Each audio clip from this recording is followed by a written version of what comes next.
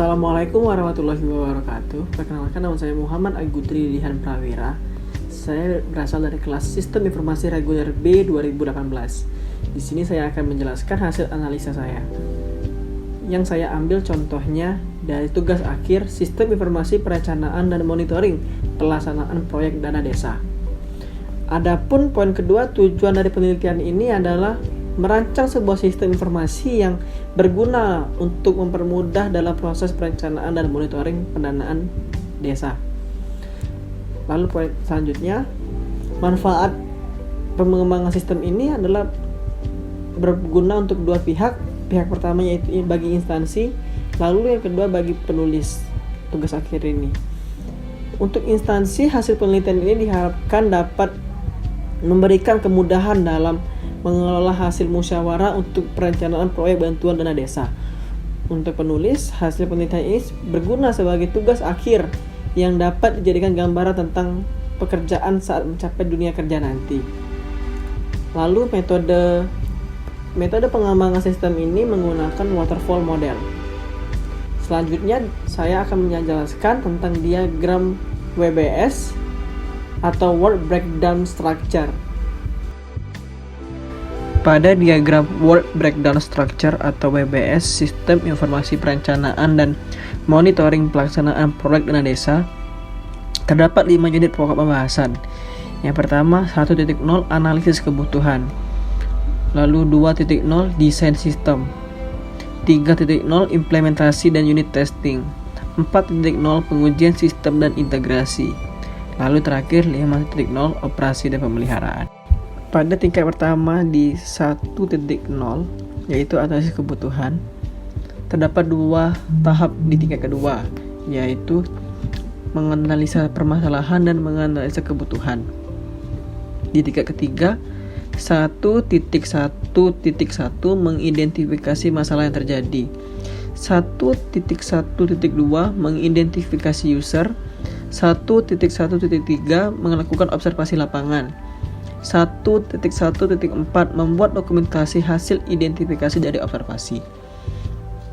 Di tingkat keempat 1.1.1.1 melakukan wawancara dengan pihak berwenang di desa yang dilakukan oleh sistem analis. Selanjutnya 1.1.1.2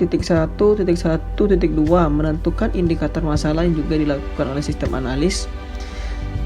Lalu yang terakhir di tingkat keempat ada 1.1.1.3 membuat dokumentasi hasil wawancara dilakukan oleh staf administrasi. Lalu kembali di tingkat kedua, menganalisis kebutuhan sistem, terdapat 3 tahap, yaitu 1.2.1 mengidentifikasi kebutuhan software yang dilakukan oleh sistem analis. Tahap selanjutnya 1.2.2 mengidentifikasi fitur yang diharapkan pada pihak desa yang dilakukan oleh sistem analis. Lalu tahap terakhir di tingkat ketiga ini 1.2.3 membuat dokumentasi hasil analisa kebutuhan sistem yang dilakukan oleh staf administrasi. Di tahap selanjutnya yaitu desain sistem. Di tingkat pertama ada 2.0 desain sistem. Terdapat 2 tahapan yaitu 2.1 membuat rancangan sistem. Lalu 2.2 membuat rancangan user interface.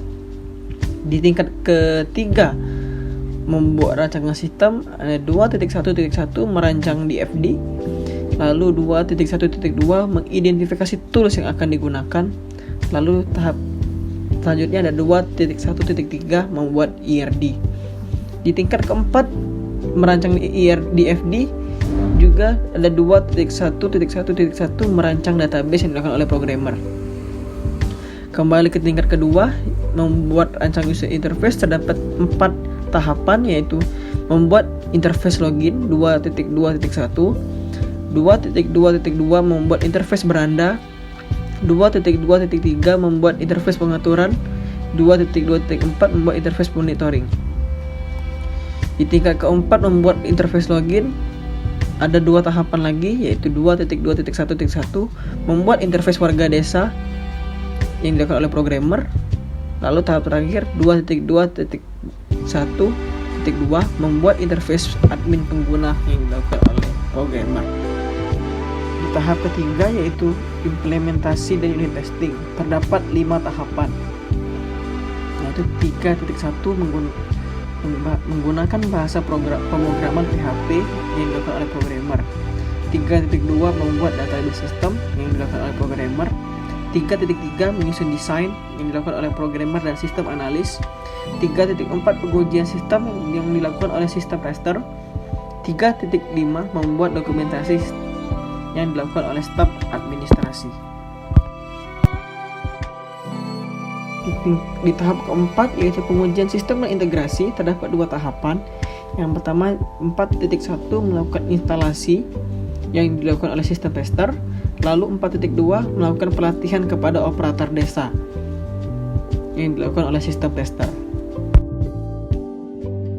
Tahap terakhir atau tahap kelima di pembuatan sistem informasi monitoring dan perencanaan dana proyek desa ini, yaitu ada 5.0 operasi dan pemeliharaan. Terdapat 3 tahapan, yaitu 5.1 mengatasi bila terjadi error yang dilakukan oleh manajer proyek analis. 5.2 memantau aplikasi apakah berjalan sesuai dengan keinginan atau tidak yang dilakukan oleh manajer proyek analis. Lalu yang terakhir 5.3 membuat laporan penggunaan sistem yang dilakukan oleh staf administrasi. Demikianlah hasil paparan yang bisa saya sampaikan. Terima kasih kepada dosen pengampu dan teman-teman sekalian yang sudah menonton video ini.